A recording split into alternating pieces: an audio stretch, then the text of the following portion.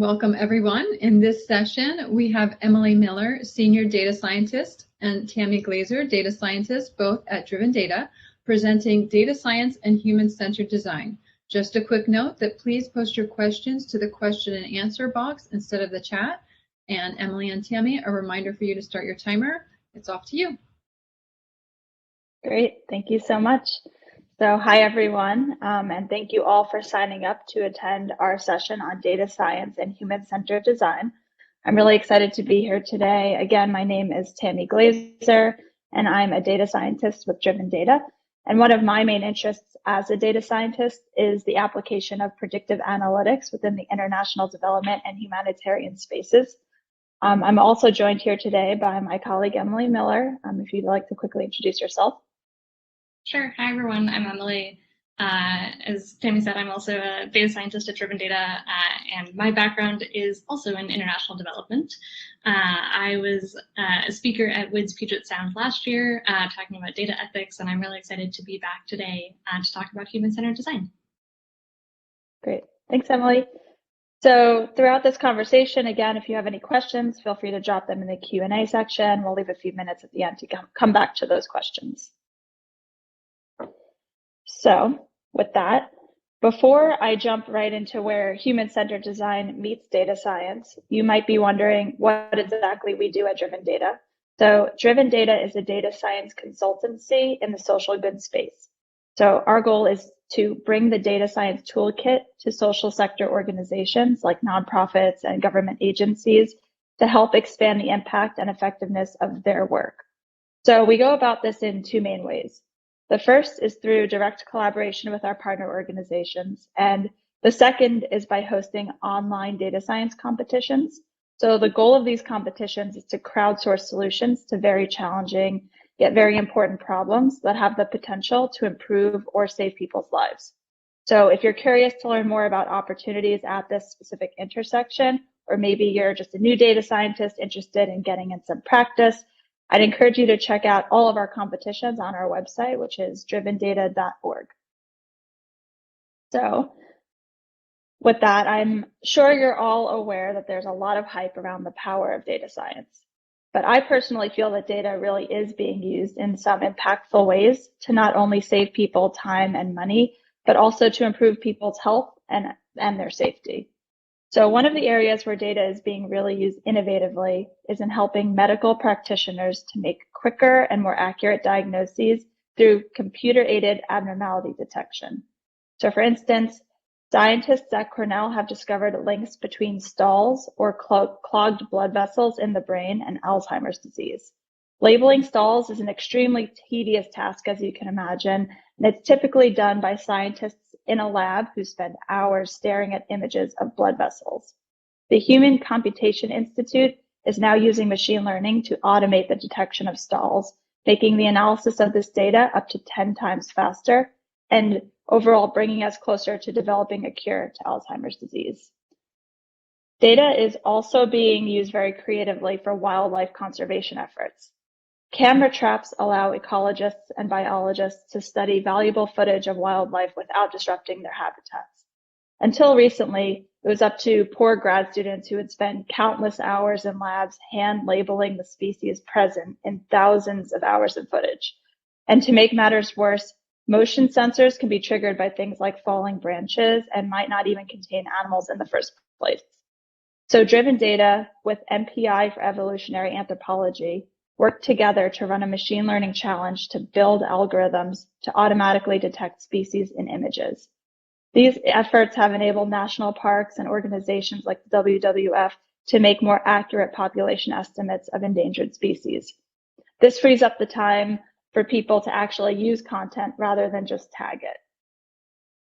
And given my personal interest in humanitarian efforts, I wanted to quickly call out some of the exciting work being done to advance disaster response efforts. Computer vision is being used to do things like locate buildings and estimate wind speeds of tropical storms using satellite imagery. These types of applications represent more accurate and low-cost approaches to assessing the risk of natural disasters, and these methods are being used to protect lives and property. So all of that said, and despite our best intentions, there are a set of common challenges that we run into as data scientists that might cause our efforts to fall flat. So now what I'm going to do is I'm going to launch a poll, which you should see come up in about 10 to 15 seconds. And what I'm curious to hear is who here has ever designed a dashboard that was never looked at? Or maybe who has presented model coefficients that were later quoted out of context entirely? Or maybe who has optimized for a metric that you knew how to measure, but not necessarily the one that mattered? So I'll give you all a second or two to respond to that poll.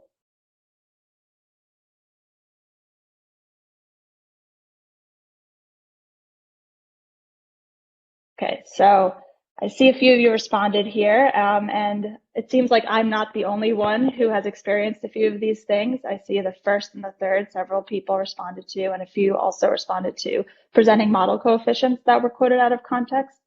I know that I've done all of these things at least once, and they're really common in this space. And so for the remainder of this talk, what I want to do is talk a little more about a set of tools that can help us to avoid these specific types of blunders. All of these tools center around bringing humans into the process and not just data in order to increase the effectiveness of our work.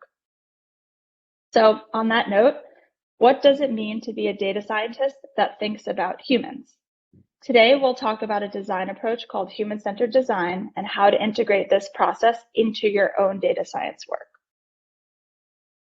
So at this point, you might be wondering, what is human-centered design? So very formally, it's a methodology and approach to innovation that starts by deeply understanding people and ends with solutions tailored to meet human needs. So in other words, it's a process that involves building deep empathy with end users, especially end users of your intended product or service, and then learning about their aspirations and their motivations up front. It then means embedding these qualitative insights into the development of your tools. So to set the stage for how this approach works, you can think about successful solutions to problems as having three main components. And it's not a proper data science talk without a Venn diagram, so I decided that we needed to put in a Venn diagram. So you'll see here that a successful solution has a component that's viable from a business perspective, a component that's feasible from a technology perspective, and a component that's desirable from a human perspective. So the way that human-centered design approaches problem solving is to say that we should start by finding out what is desirable from a human perspective. So it's easy to get stuck in the trap as a data scientist of first asking something like, what's feasible? What's possible from a technological standpoint? What data do I have? What exciting things can I do with it? Instead, with this approach, we'll start by asking, what is the outcome that I want? And how do I talk to the people that know this information so that I can build the right product? So by rooting the solution in the desires of our end users, we're far more likely to land on something that will actually be adopted.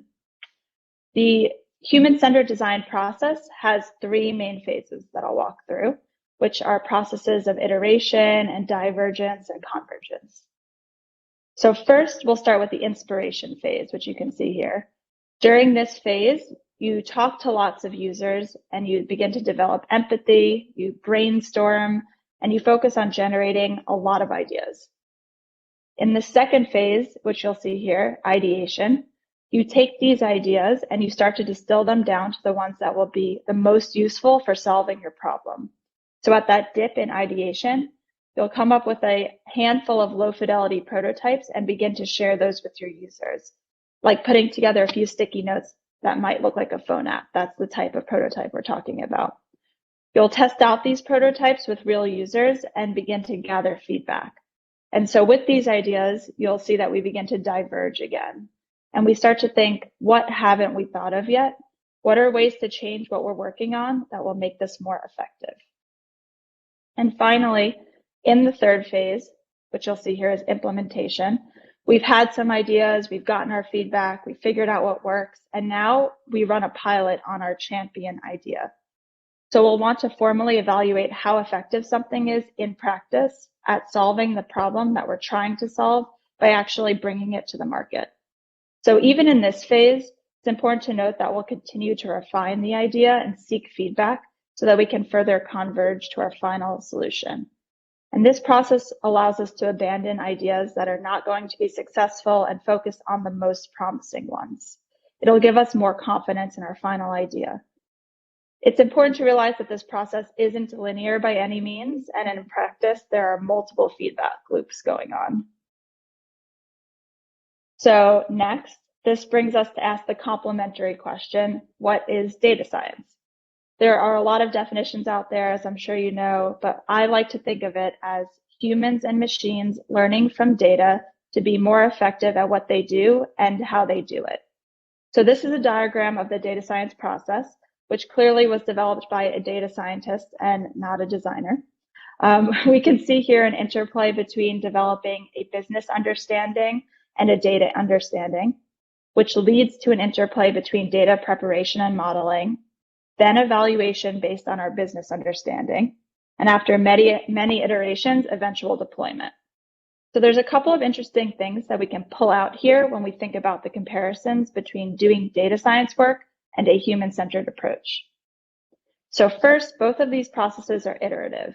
In data science, as you learn and gain understanding and evaluate solutions, you feed this knowledge back into your system. We also saw that human-centered design is iterative.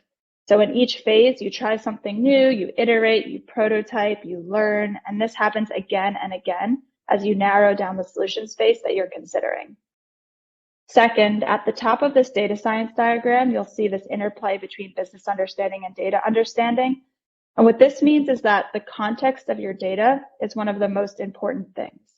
So if you don't understand how the data are generated, how they work, and what the business implications are, then you can't really use them for any downstream tasks. Similarly, the human-centered design of process concentrates on the context that we're looking at.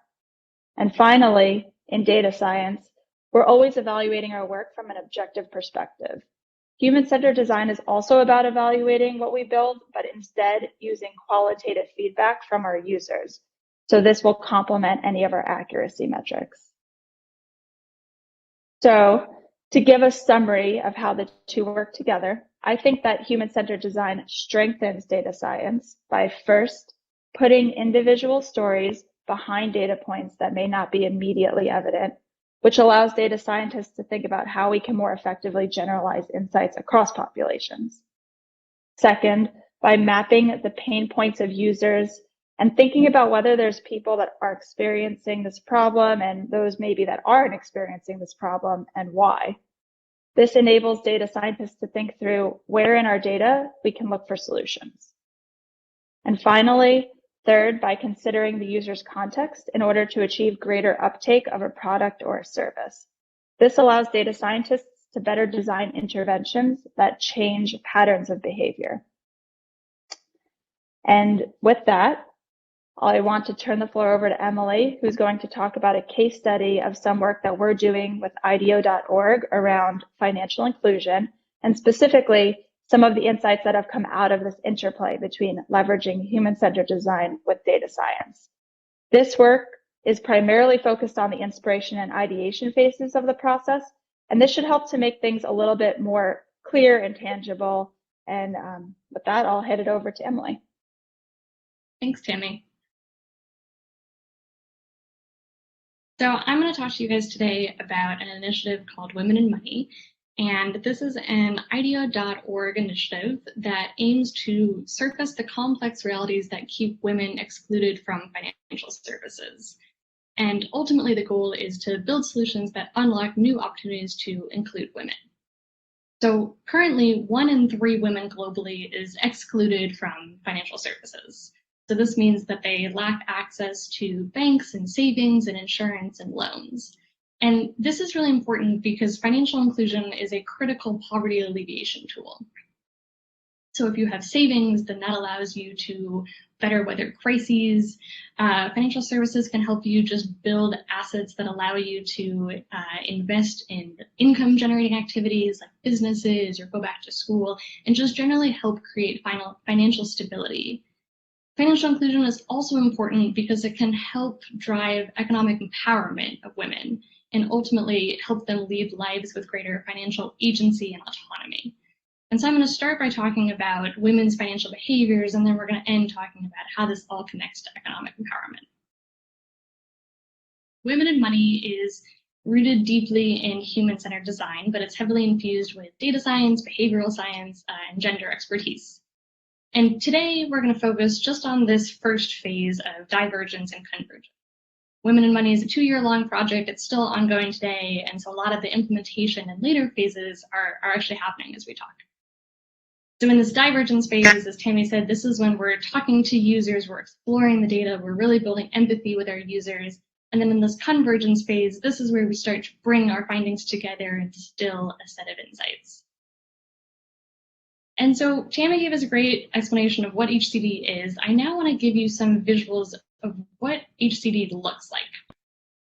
So pre-COVID times, IDEO spent a lot of time in the field interviewing over 250 women, 150 men over 6 different countries. But these are not your standard household interviews. So they can include things like a day in the life where you shadow a woman and you spend your entire day with her, really getting a sense of what are her roles and her responsibilities and what does that context of her life actually look like.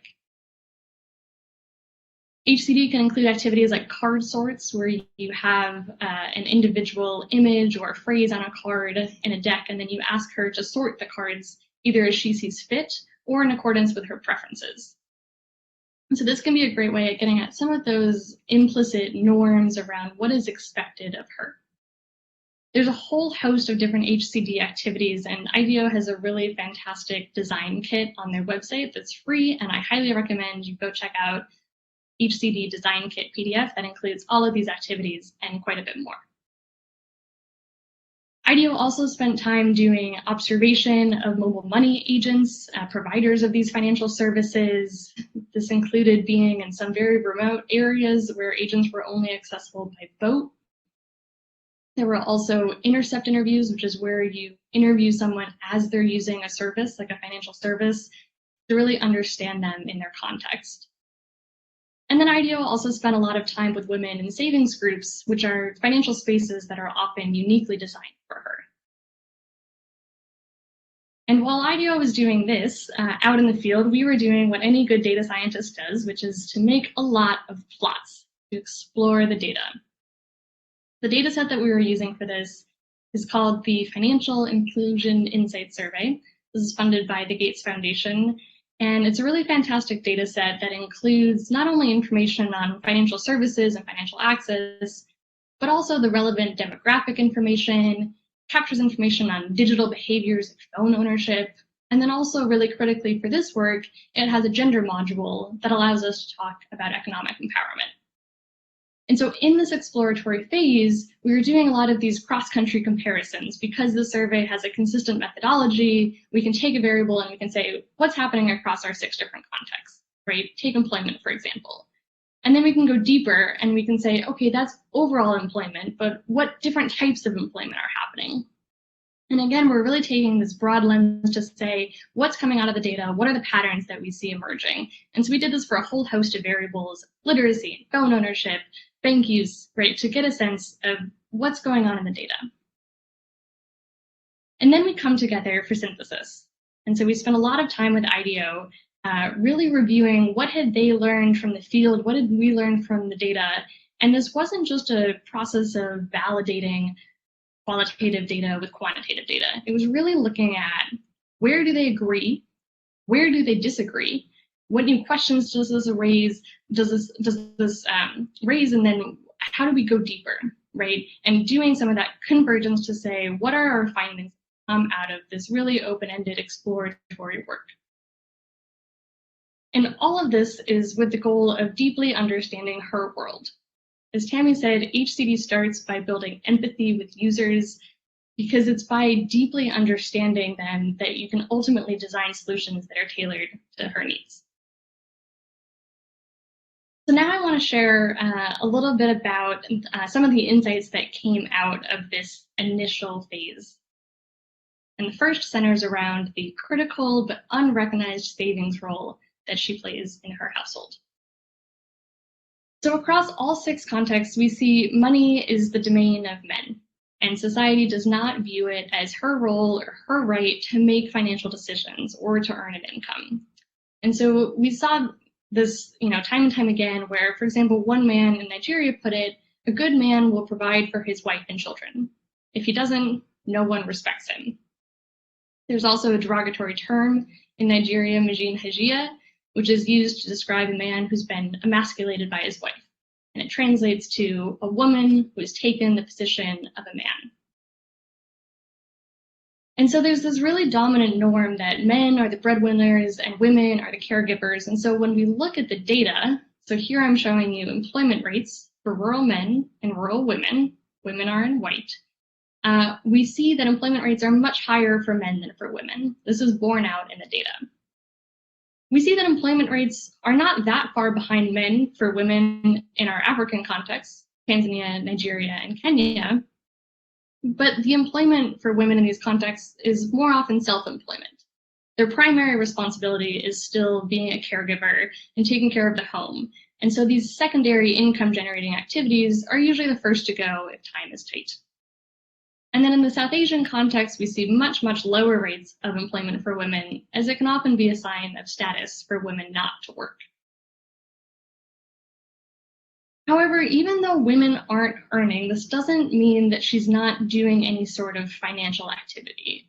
And what we see is that when it comes to her domain, her home, she's exerting Herculean efforts to budget and save for her family. And there's this really, essentially unrecognized but critical financial role that she's playing in the household. So we saw women planning and pinching and stretching every cent that her family has and really being this financial backstop of her family. And so we saw this in a few different ways.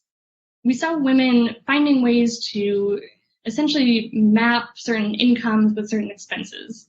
So they take a big income from crops and they'd use that to pay a big expense of school fees.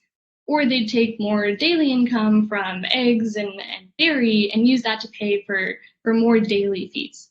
There's just kind of mapping to help manage the finances. And then even more importantly, there is this tacit understanding that it was a woman's role to set aside money in case of emergency. And that if a man didn't have the money that he needed, that the woman would have already set money aside. And so in essentially every context, we heard some version of what one woman in Kenya said, which was, my mom advised me to be a responsible wife, that I should keep some money aside. In Nigeria, a woman said, a good woman is one who can manage a crisis. And so even though this tacit assumption is often not even discussed in marriage, this is a really assumed norm that that's the woman's role. And so when we see this in the data, we can say, okay, we hear that women are playing this financial backstop role. Are there savings? Do we see this in the data? And so here I'm showing you the savings rate for rural men and rural women. Again, women are in white. And what we see is that the savings rates for women are nearly as high, if not higher, than they are for men. And so keep in mind that this is not how much they're saving or how often they're saving.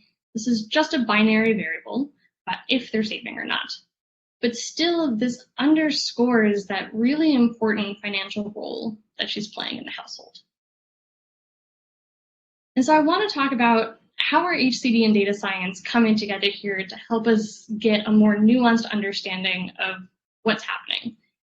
And so if you imagine that we're just approaching this as a data scientist, it's really easy to plot employment and savings and miss the connection and say, okay, we see employment is low and savings is high, but why, right? And so human-centered design allows us to get at that why, that context that says, hey, the reason why women's savings are so high, even though they're not earners, is because they play this unrecognized, this tacit role as a financial backstop for her family.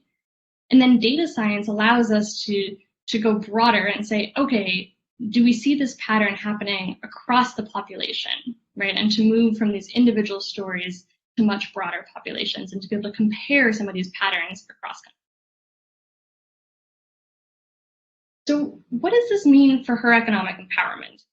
One of the goals of this project was to understand how financial services can help be a tool for women's economic empowerment. And so in this case, the interplay between human-centered design and data science looks a little different. HCD allows us to deeply understand women's pain points. What are some of their barriers to access different financial services, right? What's happening on the ground? And then data science allows us to say, of the potential interventions that could address some of those pain points, what are the highest impact levers?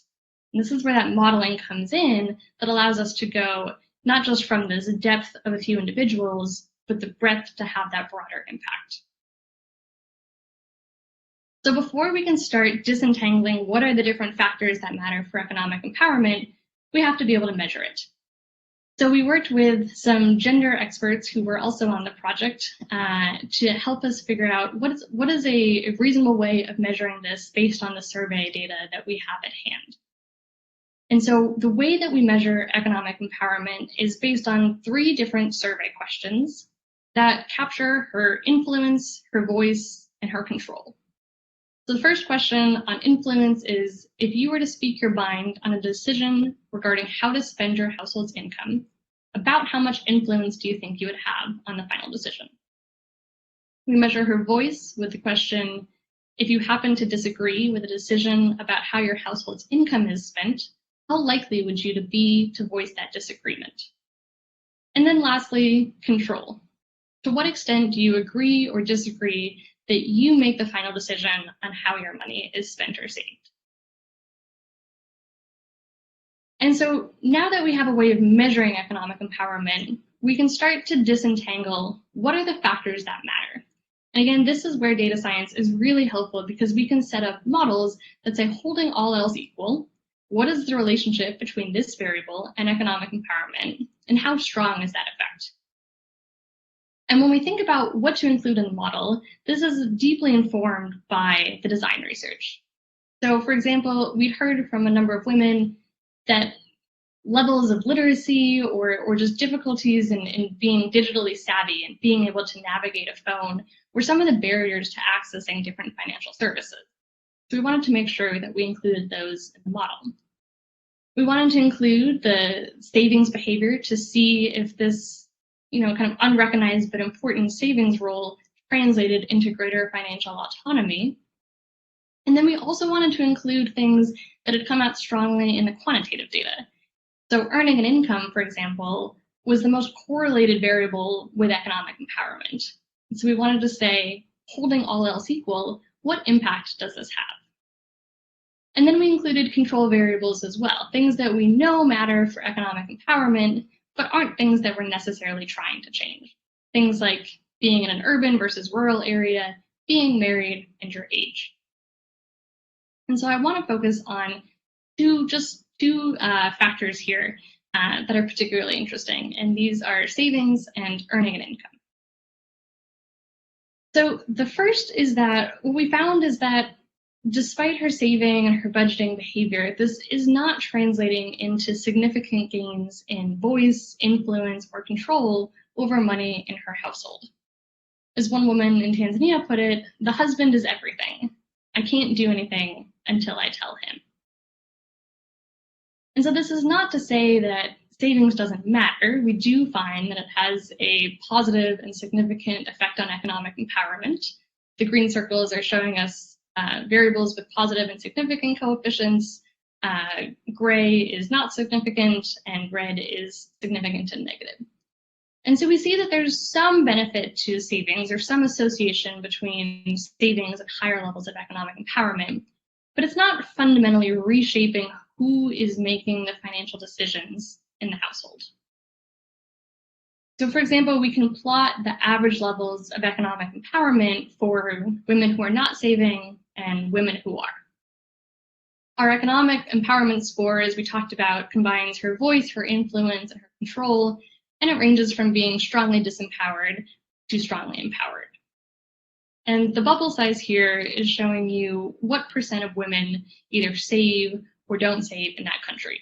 And so you'll see that the bubbles over here are fairly large, right? A lot of women are saving. But the average levels of economic empowerment between non-savers and savers aren't that different. And this is something that, again, as a data scientist, we can run a model and we can see this coefficient, and we can see this effect, but we don't necessarily understand why that's happening. And so with our much more nuanced understanding of her savings behavior, of how much this comes from a norm and how just implied this is, even if it's unspoken, it makes sense that the savings behavior isn't yielding this step change, seat at the table and increased role in financial decision making. I want to contrast this with what we see when we look at women who are earning an income. And what we find is that the more that women contribute to their household income, the more they exercise voice, influence, and control over their finances. And so this is the single greatest predictor of economic empowerment, especially across the African context. And so what this is telling us essentially is that for women who are earning an income, right, there's a much greater association with gains in economic empowerment than women who are saving. Now, this is not zero sum, but this is to help us compare what are some of the relative importances of these different opportunity areas. And so this becomes even clearer in this view, where again, we're looking at average levels of economic empowerment from strongly disempowered at the bottom to strongly empowered at the top for women who provide different levels of household income. So our first bucket is for women who are not providing any household income. The middle is women who provide some household income, and the far right are those who provide almost all.